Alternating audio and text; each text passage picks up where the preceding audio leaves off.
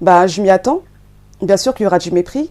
Mm. Et ça va être encore plus difficile pour moi parce que déjà je suis une femme. Oui. En plus une femme noire, donc ça va être encore plus difficile. Il va falloir prouver 2 fois plus que les autres. Mais pour moi, j'estime que je suis autant légitime qu'un Jordan Bardella, qu'une Marine Le Pen, ou qu'un François Fillon, Nicolas Sarkozy, et j'en passe. On est tous français.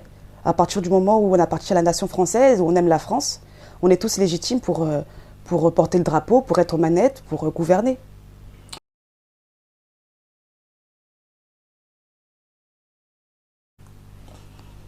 Bonjour madame, Bonjour.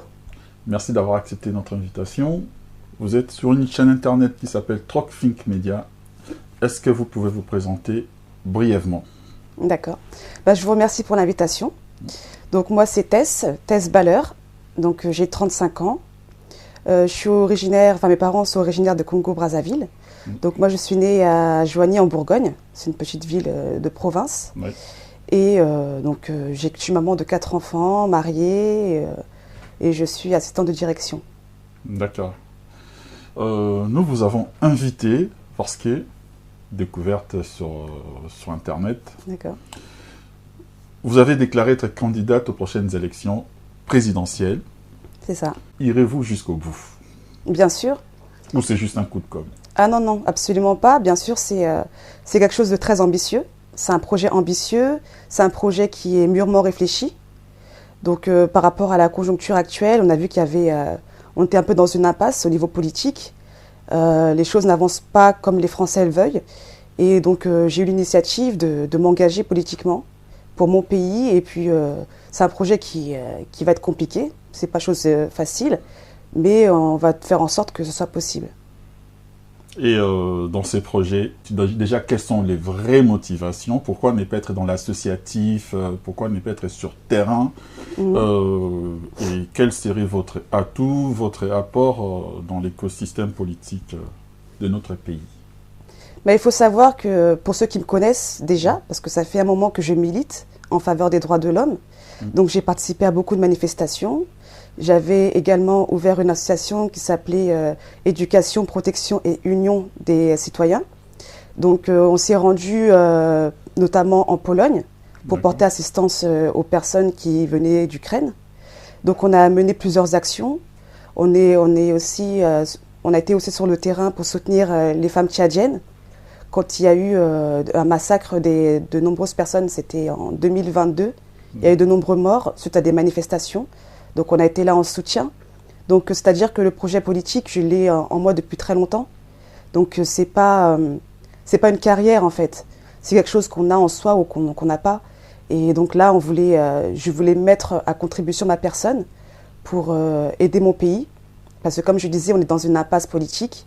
On tourne un peu en rond et les Français ne peuvent plus de toutes ces crises successives et ils veulent qu'on trouve des solutions. Ils veulent des solutions et je pense et je suis sûre d'avoir la solution en fait pour régler tous ces problèmes, toutes ces crises. Avec tout ce qu'on voit actuellement, permettez-moi quand même, avec tout ce qu'on voit actuellement en Ukraine, en Afrique, ailleurs dans le monde, et vous estimez-vous avoir les épaules pour porter tout cela? Bien sûr. Après, donc c'est un projet qui est personnel, je disais, mais je ne serai pas seule. Donc actuellement, j'ai déjà une équipe qui est déjà constituée, donc avec des experts, avec des gens de la société civile qui veulent s'engager politiquement, œuvrer pour leur pays. Donc certes, c'est un projet qui est très ambitieux. Donc comme je l'ai dit, j'ai 35 ans, je suis encore jeune. C'est un projet qu'on va mener sur le long terme, parce que la prochaine élection, elle est en 2027, donc ce qui me laisse encore 4 ans. Et dans 4 ans, j'aurai 38 ans. Donc j'aurai l'âge d'Emmanuel Macron quand il a accédé à la présidence. Donc voilà, je ne suis pas si jeune que ça. Et puis bon, je suis maman de 4 enfants. J'ai une expérience de vie quand même qui est là. Donc avec tout mon parcours, je pense que c'est un bon bagage déjà pour pouvoir m'engager. Je ne vais pas de nulle part en fait. Voilà. Vous auriez pu commencer peut-être par des législatives, par les communales. Pourquoi directement vous ne pensez pas avoir sauté un peu les étapes? Est-ce que vous pensez vraiment qu'on a le temps, en fait, par rapport à tout ce que l'on voit actuellement? On voit que le gouvernement fait un peu de l'amateurisme. Donc on ne sait pas où ils se positionnent. À un moment, ils sont plus socialistes. À un moment, ils sont plus à droite, ça tourne un petit peu en rond. On a des réformes qui mènent nulle part. Donc, on est un peu dans l'urgence. Donc après, comme je disais, la politique, c'est pas un métier. Moi, j'ai déjà un métier. Donc, c'est pas une carrière que je recherche. C'est vraiment mettre en place un projet. Donc, notamment le projet présidentiel. Donc, on va tout faire pour y arriver. On va revenir sur votre programme. Et à l'occasion, vous avez créé votre mouvement politique que vous avez appelé la France Unie. Je pense que vous organisez une manifestation ou un rassemblement le 16 septembre. Et vous avez déclaré que vous n'étiez ni de gauche, ni de droite. Donc, on peut comprendre que vous êtes des centres. Et allez-y, je vous écoute. Si vous êtes des centres, pourquoi ne pas rallier les autres? Pourquoi ne pas vous mettre avec les autres en fonction des valeurs communes, en fonction des idées, et puis essayer de pousser un peu avec les autres, bien évidemment. Oui, après c'est légitime comme question, c'est normal de la poser. En fait, pourquoi on dit qu'on n'est ni à droite, ni à gauche, et encore moins des extrêmes? Parce qu'on veut rassembler tous les Français. On veut aller au-delà du clivage politique. Parce que le clivage politique, il est ancré dans la société française. C'est un peu le discours de tous les politiciens. Pas forcément. Pas forcément. Nous, on veut rassembler. On est prêt à travailler avec tous les Français, même ceux qui votent pour les extrêmes. On est prêt à leur ouvrir la porte. Et au contraire, on les appelle même à nous rejoindre. Et on veut aller au-delà des clivages. Donc pour nous, c'est vraiment essentiel. C'est très important. Revenez un peu sur votre programme. Qu'est-ce qu'il y a dedans dans ce projet? En dehors d'apporter les solutions, quelles solutions vous voulez apporter? Dans quel domaine? Quel est le programme? Donc on a travaillé sur différentes thématiques. Oui. Donc les thématiques qui préoccupent les Français, particulièrement dans ces moments de crise. Parce qu'on a des crises en tout genre. Hein. On a une crise écologique. Et si vous voulez classer en ordre de priorité? En ordre de priorité? Si possible, oui. Bien sûr. Par ordre de priorité, je dirais que c'est le pouvoir d'achat, le plus important. Ensuite, je dirais que c'est l'immigration aussi qui préoccupe les Français. Parce que bon, dans les médias, tout le monde parle d'immigration. On constate aussi que la société française, elle a changé. Voilà, elle est plus diversifiée. La France de 2023, c'est pas la France de 1950. Donc c'est pour ça aussi que je propose ma candidature, parce que je représente en fait cette diversité. Et il faut que les personnes comme moi, issues de l'immigration, même si elles viennent elles descendent toutes les personnes qui sont issues de l'immigration, il faut qu'elles puissent se considérer comme françaises. À partir du moment où elles sont françaises, et elles doivent le revendiquer. Et donc ma candidature, elle est d'autant plus importante qu'elle représente ce visage de la nouvelle France en fait. Et vous n'avez pas peur du mépris? Je m'y attends. Bien sûr qu'il y aura du mépris. Et ça va être encore plus difficile pour moi, parce que déjà je suis une femme. Oui. En plus une femme noire, donc ça va être encore plus difficile. Il va falloir prouver 2 fois plus que les autres. Mais pour moi, j'estime que je suis autant légitime qu'un Jordan Bardella, qu'une Marine Le Pen, ou qu'un François Fillon, Nicolas Sarkozy, et j'en passe. On est tous Français. À partir du moment où on appartient à la nation française, où on aime la France, on est tous légitimes pour porter le drapeau, pour être aux manettes, pour gouverner. Et par rapport à votre programme, vous avez parlé du pouvoir d'achat et de l'immigration. D'accord. Et le pouvoir d'achat, concrètement, qu'est-ce que vous apporterez? Déjà, il faut se rendre compte qu'actuellement, les Français n'arrivent plus à vivre. Malgré tous les chèques que le gouvernement émet, donc c'est des aides qui sont ponctuelles, mais maintenant, on parle sur du long terme. Comment on fait pour rejoindre les deux bouts, pour qu'arrivé au 15 du mois, les Français n'aient pas à se soucier de ce qu'ils vont manger, de ce qu'il va avoir dans leur assiette.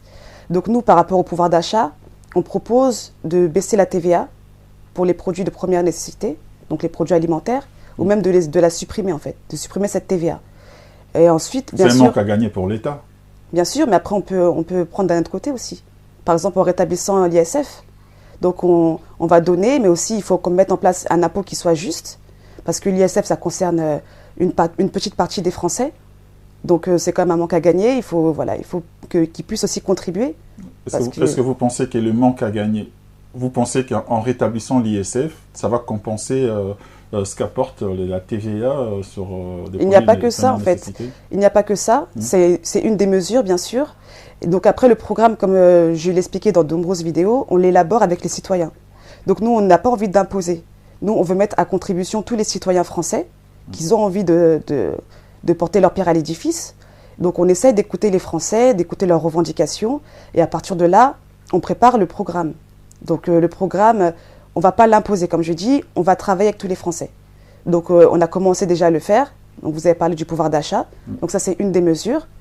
On va aussi adopter des mesures aussi en termes de fiscalité.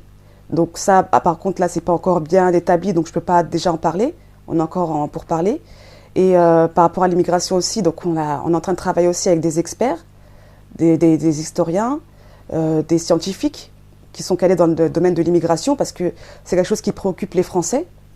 C'est quoi votre projet dans l'immigration? C'est quoi le projet? Est-ce que c'est le projet qu'a Marine Le Pen? Est-ce que c'est le projet de Mélenchon? C'est quoi les projets? C'est quoi ce qu'il y a dans les programmes bien sûr. sur l'immigration? Non, bien sûr, je vais vous l'expliquer. Donc nous, on n'est pas là pour calquer quelconque programme. Oui. Donc on est là pour trouver la meilleure alternative. Parce que là, on voit qu'il y a une crise migratoire qui est quand même importante, parce qu'il y a de nombreuses personnes qui meurent de la Méditerranée tous les jours. Donc il y a une croissance de l'immigration dans notre pays, et souvent il y en a qui en font un problème. Donc en fait, on voit que l'immigration en France, elle a été très mal, les gens sont très mal accueillis. Ils ne sont pas accueillis correctement dans des structures qui sont quand même bien établies. Donc nous, ce qu'on voudrait déjà, c'est restreindre l'immigration et mettre en place des quotas migratoires. Parce que l'immigration, on ne peut pas mettre zéro immigration, ça n'existe pas et c'est impossible. Parce que si on interdit l'immigration totalement, comme le propose par exemple Marine Le Pen ou Éric Zemmour, ça veut dire qu'on ferme la porte aussi aux Américains et aux Canadiens ou encore aux Japonais. Donc est-ce que c'est judicieux? Je ne pense pas. Donc surtout qu'on est le pays de l'égalité. Donc c'est une égalité aussi par rapport aux lois. Donc c'est important d'être réaliste, de rester réaliste, parce qu'il y aura toujours une immigration. Mais maintenant, pour apaiser aussi le cœur des Français, il faut leur dire qu'on aura le contrôle sur cette immigration, qu'on va mettre en place des choses pour bien accueillir et surtout intégrer les personnes qui arrivent sur le territoire. Parce que c'est ça le problème surtout, c'est l'intégration qui préoccupe les Français. Donc, Et ces quotas, ça sera en fonction de quoi? J'ai lisé un peu sur Internet votre programme rapidement. Là, c'est très bien. Vous avez dit que ça sera plutôt de l'immigration choisie. Oui, c'est ça. Ça consiste à quoi l'immigration choisie? C'est un programme qu'a proposé Nicolas Sarkozy lors des élections, et vous reprenez à peu près les mêmes programmes. Voilà. Donc, on ne reprend pas, c'est-à-dire qu'on a fait une étude. Nous, on travaille avec des historiens, je vous ai dit, avec des docteurs en histoire, des gens qui sont spécialisés dans l'immigration. Et donc, c'est la meilleure alternative qu'on a trouvée. C'est-à-dire qu'on va accueillir les personnes en fonction des métiers en crise, par exemple. Si on a un manque, ne serait-ce que dans le bâtiment, par exemple, dans la restauration, ou si on recherche des médecins, eh ben, on recrutera en fonction des besoins. Est-ce que vous ne pensez pas, parlons de l'immigration, vous ne pensez pas, en ayant cette politique-là de l'immigration choisie, et on sait qu'en France, quand on parle d'immigration, c'est essentiellement par rapport aux Africains. Oui, il ne faut pas être hypocrite, il faut dire la vérité, bien sûr. Et vous ne pensez pas, dans cette politique-là de l'immigration choisie, où vous allez prendre des médecins africains, vous allez prendre des ingénieurs africains, ce n'est pas un pillage des ressources en Afrique, et ça fait que l'Afrique continue toujours dans cet état-là, et puis bien sûr. La France a avancé. Mais vous avez entièrement raison. Nous, ce n'est pas un appel d'air, en fait. Nous, c'est une porte qu'on ouvre. Mais le but ultime, c'est de faire en sorte que les Africains aient envie de rester en Afrique. Parce que l'intérêt, ce n'est pas de voir des jeunes qui meurent dans la Méditerranée. Ça nous blesse tous, ça nous fait tous mal au cœur. On est des humains avant tout. On n'a pas envie de ça. On a surtout envie que l'Afrique se développe, parce que c'est le continent le plus jeune. Donc on voit qu'il y a quand même une population qui est importante, qui peut faire en sorte que l'Afrique se développe davantage, mieux. Mais il faut surtout se rendre à l'évidence qu'il y a une population qui a envie d'étudier, qui viennent d'étudier en Europe. Donc on ne peut pas leur fermer la porte. Donc si elles peuvent venir acquérir des connaissances en Europe, bien sûr que c'est très bien. Et après, si elles peuvent repartir dans leur pays pour aider le pays à se développer, c'est encore mieux. Donc il faut voir aussi que dans nos urgences actuellement, les médecins qui nous soignent sont issus de l'immigration, souvent. Parce qu'on voit que les médecins ne sont pas assez bien payés. Donc nos médecins français, ils préfèrent travailler à l'étranger. C'est une réalité. Donc on a besoin de cette immigration, mais il faut qu'elle soit bien encadrée, comme je disais. D'accord. Il y a une note qui a été publiée cette semaine déjà, une note de l'Institut Montaigne qui parle de l'immigration, qui dit que l'immigration c'est un soutien essentiel d'une France vieillissante. Donc il faut laisser les gens entrer, parce que ça va compenser économiquement, ça va compenser en termes de retraite, ça va compenser un peu partout. Même en termes d'emploi. Qu'est-ce que vous en pensez? Je pense que oui, c'est exact, mais il faut se rendre à l'évidence qu'il y a Marine Le Pen qui a fait plus de 40% aux dernières élections présidentielles. c'est parce que la population française s'inquiète par rapport à l'immigration. Parce qu'on a souvent diabolisé l'immigration, parce qu'on a l'impression qu'on est submergé. Quand on voit les médias, ils extrapolent beaucoup les chiffres. Donc on a l'impression qu'on est submergé par une vague d'immigration. Mais le fait est que cette immigration est surtout concentrée dans les grandes villes. Donc quand on s'éloigne des grandes villes, ces grandes métropoles, on voit que finalement, il n'y a pas tant d'immigrés que ça. Donc il faut qu'on dédramatise la situation, il faut qu'on montre aussi aux Français qu'on prend le contrôle, qu'on rétablit un peu le contrôle. Parce que comme je disais, le problème ce n'est pas tant l'immigration, c'est surtout l'intégration. Parce qu'il faut savoir qu'en France, il y a une culture française qui est existante et qui doit perdurer. Et maintenant, il faut qu'on se conforte à cette culture. Donc les Français, les immigrés qui arriveront en France, donc ils seront accueillis. Et on va mettre en place aussi une école d'intégration. Ça fait partie du programme. Donc dans cette école d'intégration, on va expliquer donc, aux nouveaux arrivants comment fonctionne un peu la société française. Quelles sont les valeurs françaises, les coutumes, les us, voilà, tout ce qui fait qu'on se sent français et qu'on est français, pour se confondre vraiment avec la population.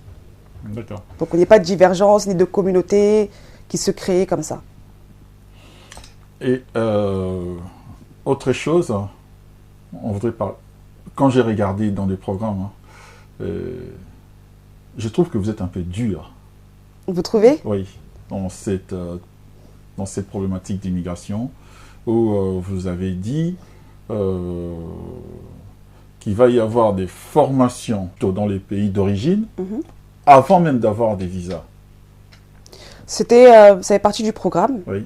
Donc, c'est-à-dire qu'un voyage, ça se prépare. Donc, quand on quitte un pays pour se rendre dans un autre pays, c'est parce qu'on a cette volonté déjà de découvrir le pays, de travailler dans ce pays, et ça se prépare. Donc, c'est-à-dire que quand vous allez par exemple aux États-Unis, c'est très dur pour immigrer aux États-Unis, et les gens se préparent à l'avance, ils s'imprègnent de la culture, ils essaient Moi, personnellement, en tant que Français, si j'ai besoin d'aller aux États-Unis, je ne vais pas me préparer énormément à apprendre l'anglais.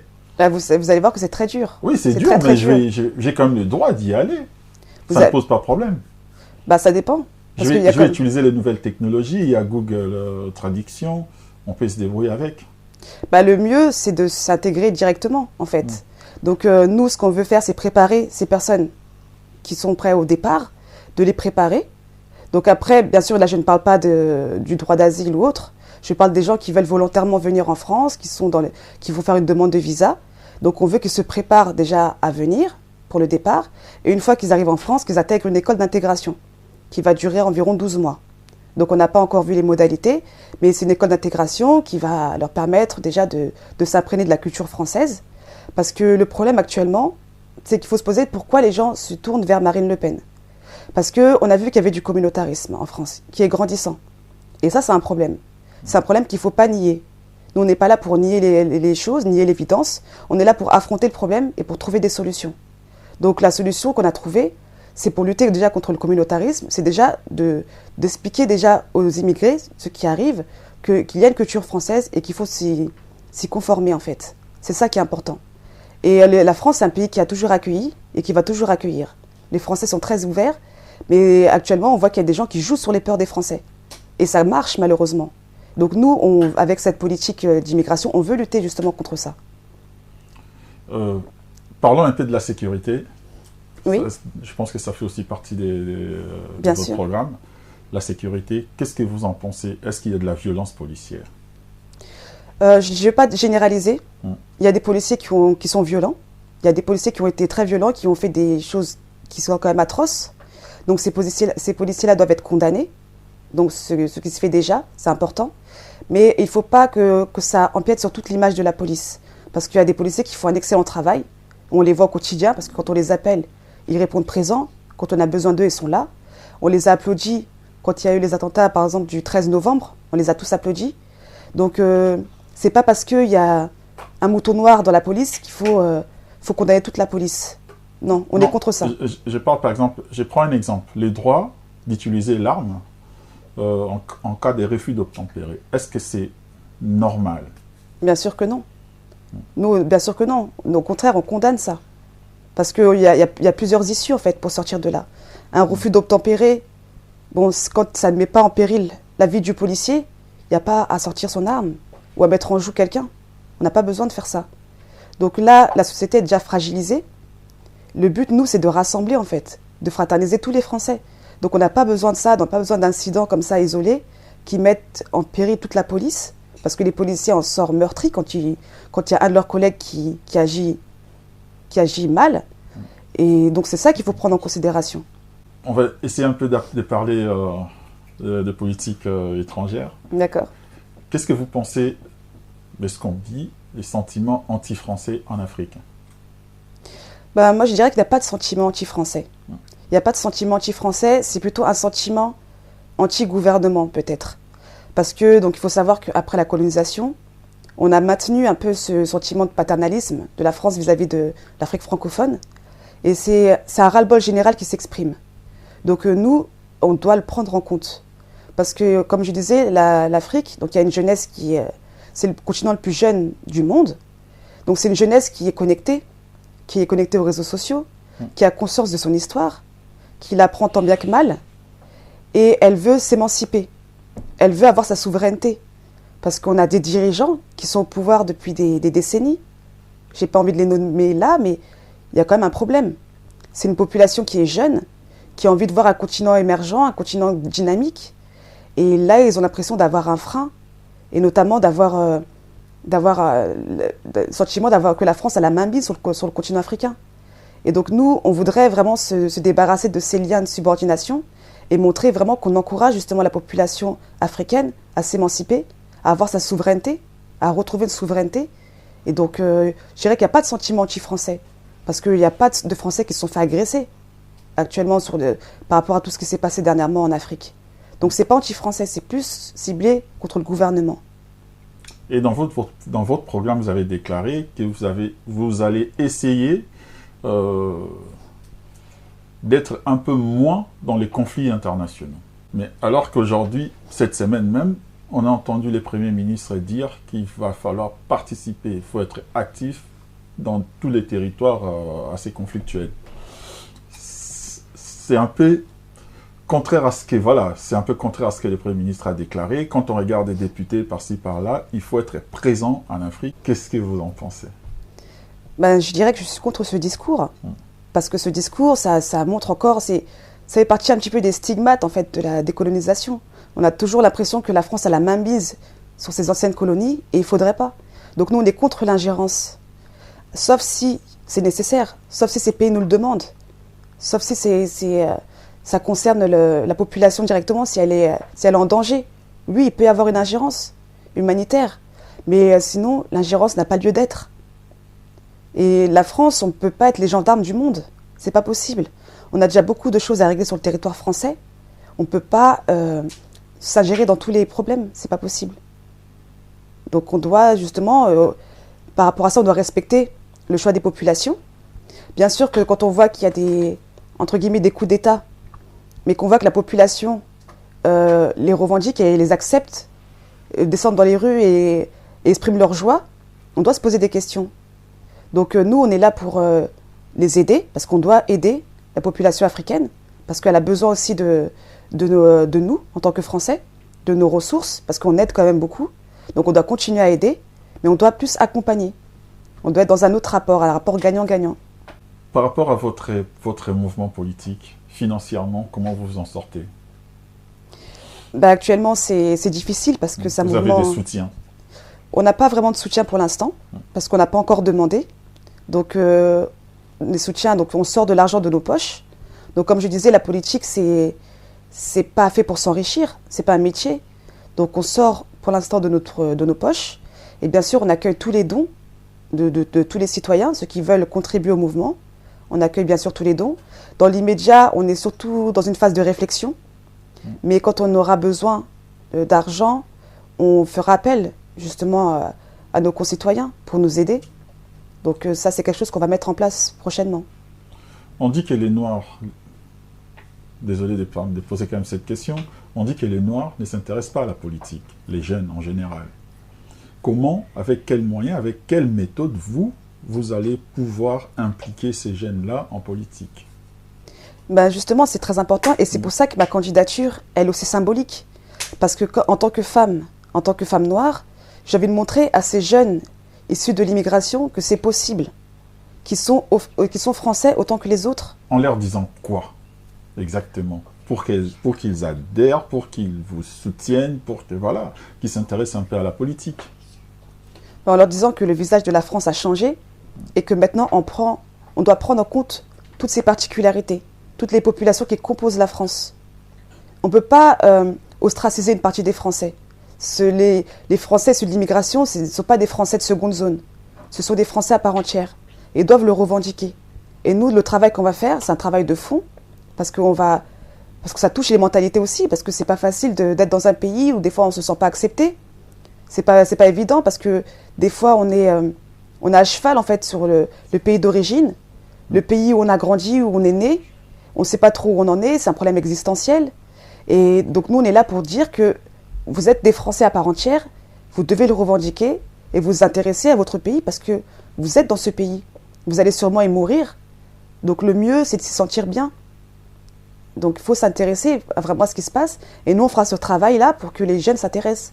On ira à la rencontre de tous les jeunes.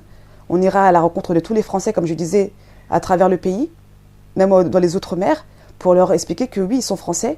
Il y a eu des choses par rapport au gouvernement français dans l'histoire qui n'ont pas été bonnes.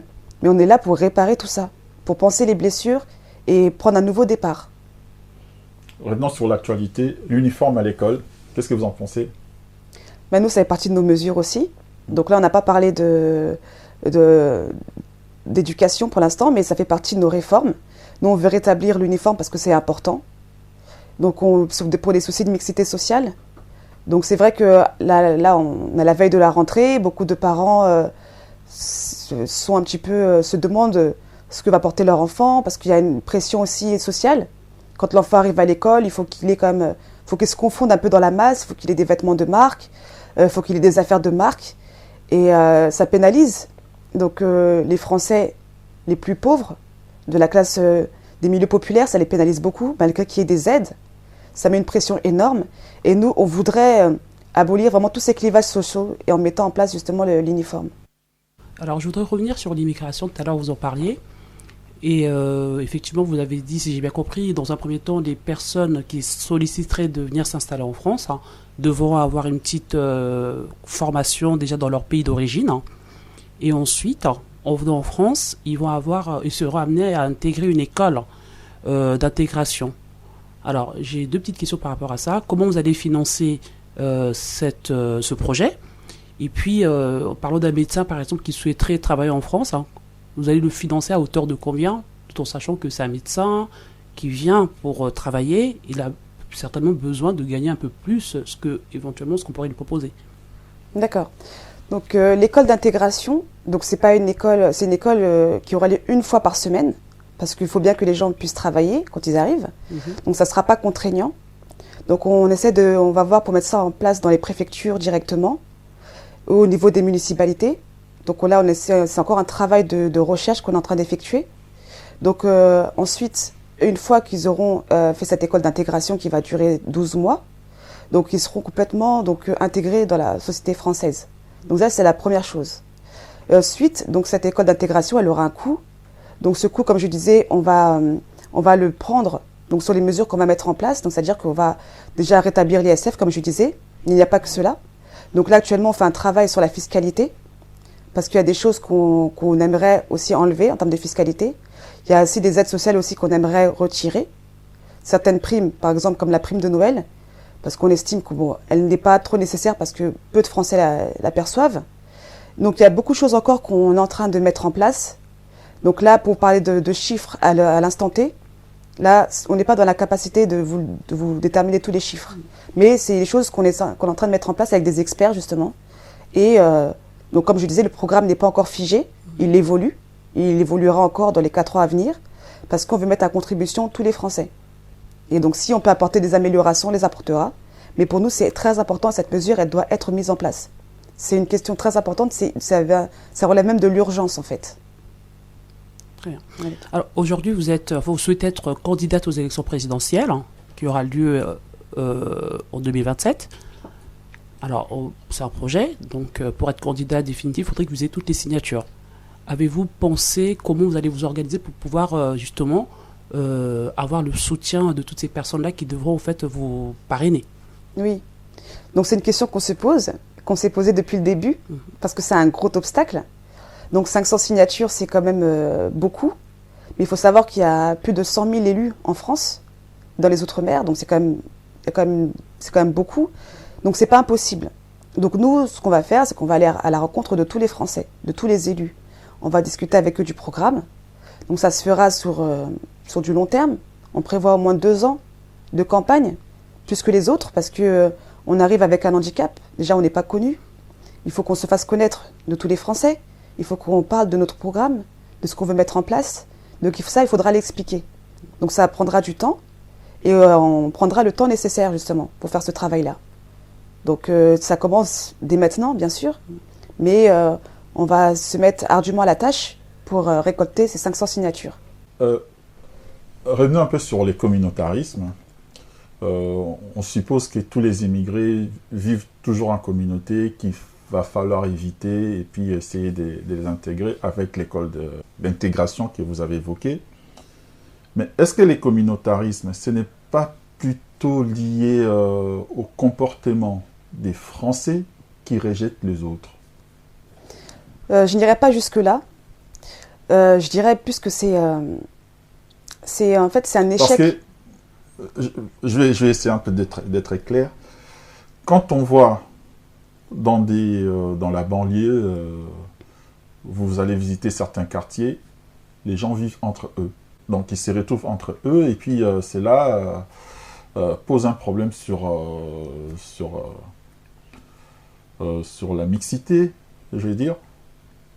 Est-ce que ce n'est pas le système, est-ce que ce n'est pas la politique qui crée les communautarismes et non les immigrés?